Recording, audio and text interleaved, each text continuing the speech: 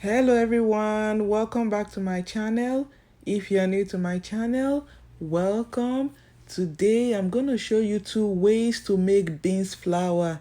Believe it or not, there are so many dishes you can make with beans flour, such as Danwake, Gbegiri, Akara, moi moi, or any recipe that calls for blended beans. I'm gonna be using 2 small bags of beans to demonstrate this. You can use any beans of your choice. Before you do anything, it is very important to go through it to make sure the beans is clean. So when that is done, we're gonna peel the beans. I have a video on how to peel beans, different ways to peel beans, but right now I'm just gonna show you one method.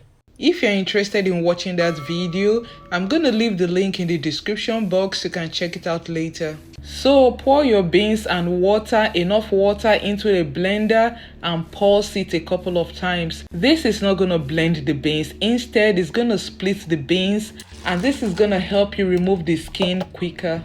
As you can see, the beans are not blended. They are just broken into smaller pieces. So I'm just gonna rinse out the cup to get the remaining beans. I'm just gonna transfer the beans to the sink because it is more comfortable to wash your beans there. So what I'm doing is rubbing the beans between my palms. This is gonna make the skin come off easily because the beans are already broken and they are wet. So it is easier for the skin to peel off.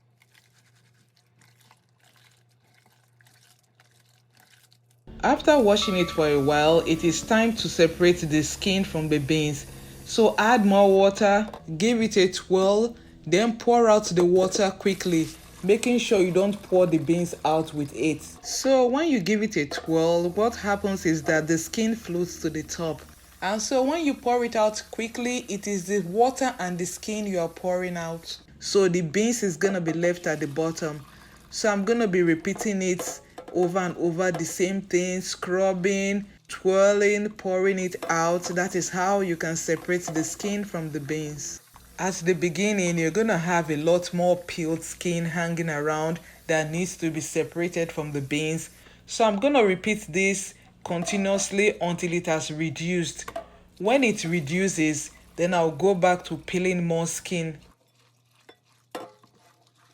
So if this is your first time on my channel or you're a returning viewer and you are not yet subscribed to my channel, please subscribe to my channel by clicking on the subscribe button and on the notification bell so that you can get an alert whenever I post a video. Like and share the video. Thank you and God bless you. Let me also use this opportunity to send a very special shout out to all those that have subscribed. You guys are the best. I love you. Thank you and God bless you.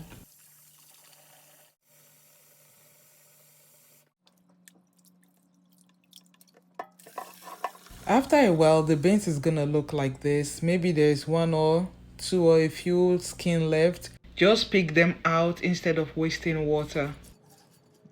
It looks good, but there is a tendency for 1 or few skin to be hidden under the beans no matter how hard you try to pick them out. So I'm just going to add more water because when you add more water, the skin floats to the top.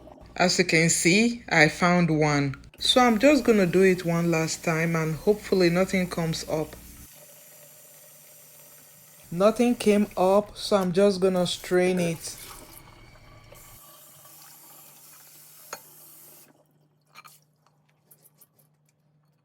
So I'm just gonna spread it out and let it drain for a few hours or until there's no liquid dripping out.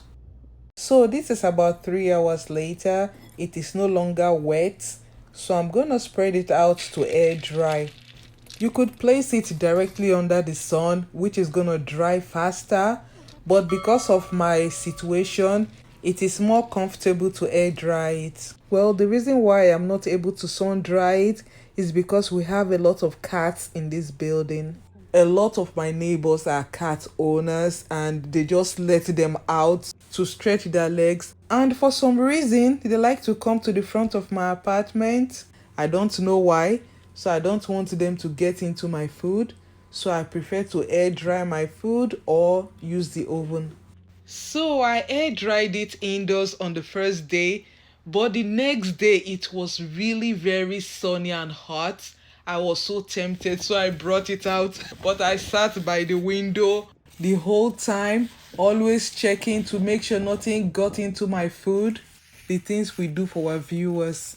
So on this day, I sun dried it for 7 hours, then brought it in and let it air dry until the next day. So this is the next day, the morning of the next day. You could totally sun dry this from the beginning to the end, but I already explained why I did mine the way I did it. So they are completely dry, bone dry. It is time to turn them into flour. And again, if you don't have a corn mill, you don't have to use it. But if you have it, feel free. And if you don't, a blender is perfect to do it, especially if the blender is strong enough to withstand it. So I like to grind mine like this before I blend it because it helps my blender. So at this point, I'm gonna set this one aside and move over to the next method since the grinder is up. So like we did the first time, go through the beans to make sure it is completely clean.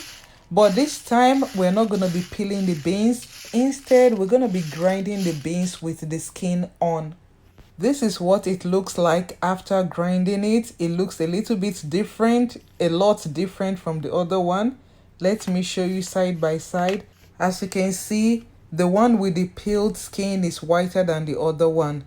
So it is time to turn them into finer flour.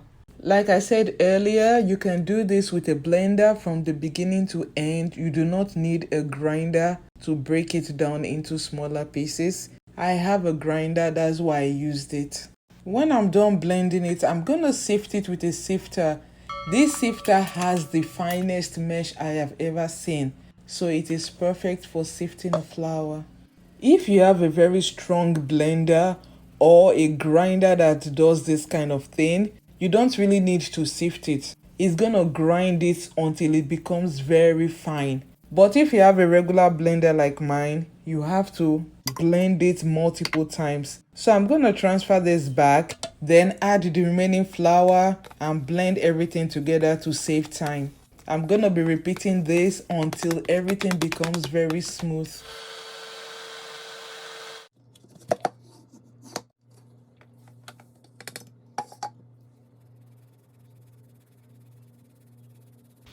After blending and sifting for a while, this remaining one, instead of blending it again, I'm gonna add it to the other flour. So this is what we got, very fine smooth flour. This is beans flour.